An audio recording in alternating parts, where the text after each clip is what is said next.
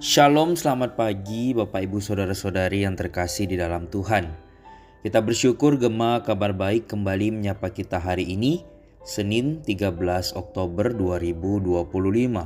Dan Gema Kabar Baik kita pada hari ini disadur dari santapan harian. Firman Tuhan di dalam Lukas 22 ayat 19, demikianlah firman Tuhan. Lalu ia mengambil roti, mengucap syukur, memecah-mecahkannya dan memberikannya kepada mereka. Katanya, "Inilah tubuhku yang diserahkan bagi kamu. Perbuatlah ini menjadi peringatan akan aku." Bapak Ibu Saudara, tiba saatnya perjamuan Paskah. Yesus sangat merindukan hal ini sebelum tiba penderitaannya. Yesus mengambil cawan, mengucap syukur dan berkata, "Ambillah ini dan bagikanlah di antara kamu." Lalu ia mengambil roti, mengucap syukur dan berkata, "Inilah tubuhku yang diserahkan bagi kamu. Lakukanlah ini sebagai peringatan akan aku." Tetapi celakalah orang yang membuat ia diserahkan. Kemudian rasul-rasul mempersoalkan siapa yang dimaksudkan olehnya. Dalam perjamuan Paskah ini, Yesus menubuatkan tentang penderitaan dan kematiannya. Kematiannya merupakan perjanjian baru, bahwa Paskah merupakan pembebasan umatnya dari belenggu dosa. Yesus merindukan momen ini untuk memberitahukan bahwa dirinya adalah Mesias.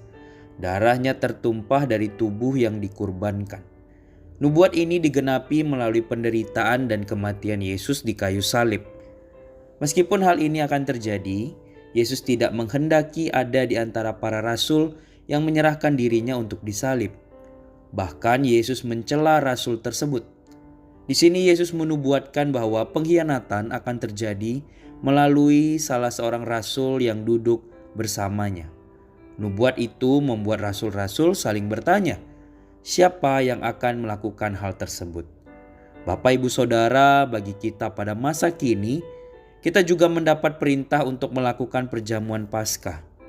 Ini dilakukan dengan roti dan anggur yang mudah dilihat, diingat, dihayati, dan dipahami, yang melambangkan pengampunan dosa, pendamaian dengan Allah, dan kesatuan dengan Kristus, Sang Roti Hidup. Perjamuan Paskah adalah peringatan bahwa kematian dan kebangkitan Yesus menebus manusia dari dosa. Peringatan artinya mengenang, sesuatu yang bisa diingat terus-menerus sepanjang masa. Gereja-gereja melakukan perjamuan Paskah dari dahulu, sekarang, dan masa depan. Persiapannya dilakukan dengan berdoa, berpuasa, membaca dan merenungkan firman Tuhan. Ada juga aksi Paskah dengan menunjukkan kepedulian kepada sesama yang tersisihkan. Kiranya Tuhan menolong setiap kita, Bapak Ibu Saudara, untuk terus mengingat akan pengorbanan Tuhan, untuk kemudian terus bersyukur dan kemudian berkomitmen hidup benar di hadapan Tuhan. Mari kita bersatu di dalam doa. Bapa di surga, kami bersyukur untuk hari yang baru yang Kau berikan kepada setiap kami. Kami juga bersyukur untuk firman-Mu pada pagi hari ini yang boleh kembali mengingatkan kami bahwa kasih-Mu besar bagi setiap kami. Engkau rela mati di kayu salib untuk menebus dosa kami. Dan di dalam ketidaklayakan dan keberdosaan kami ini, kami kemudian ditebus menjadi anak-anak Tuhan. Tuhan, tolong kami untuk kemudian boleh terus mengingat apa yang telah Engkau lakukan di dalam setiap perjamuan kudus yang kami ikuti. Biarlah ketika kami menerima roti dan anggur yang melambangkan tubuh dan darah-Mu, kami kembali diingatkan bahwa kasih-Mu besar bagi kami. Dan kami sungguh-sungguh harus hidup benar di hadapan Tuhan. Tidak lagi hidup sebagai hamba dosa, melainkan hidup sebagai anak-anak Tuhan saja. Tolong kami Tuhan untuk sungguh-sungguh menghayati ini. Tolong kami untuk sungguh-sungguh boleh mengingat ini. Dan tolong kami untuk sungguh-sungguh boleh paham bagaimana cara hidup yang benar, yang seturut dengan firman-Mu. Kami rindu Tuhan, sungguh-sungguh boleh terus bertumbuh di dalam iman kepada Engkau saja.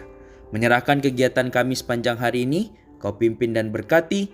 Apapun yang kami lakukan, kami rindu terus memuliakan Engkau. Dan pakai kami sekali lagi sepanjang hari ini menjadi berkat bagi orang-orang di sekitar kami. Terima kasih Tuhan. Ini doa kami, ini syukur kami. Di dalam nama Tuhan Yesus Kristus, Tuhan dan Juru Selamat kami yang hidup, kami berdoa dan bersyukur. Amin. Selamat pagi Bapak Ibu Saudara, selamat beraktivitas. Tetap jaga kesehatan, selamat menjadi berkat. Tuhan Yesus memberkati orang semua. Shalom.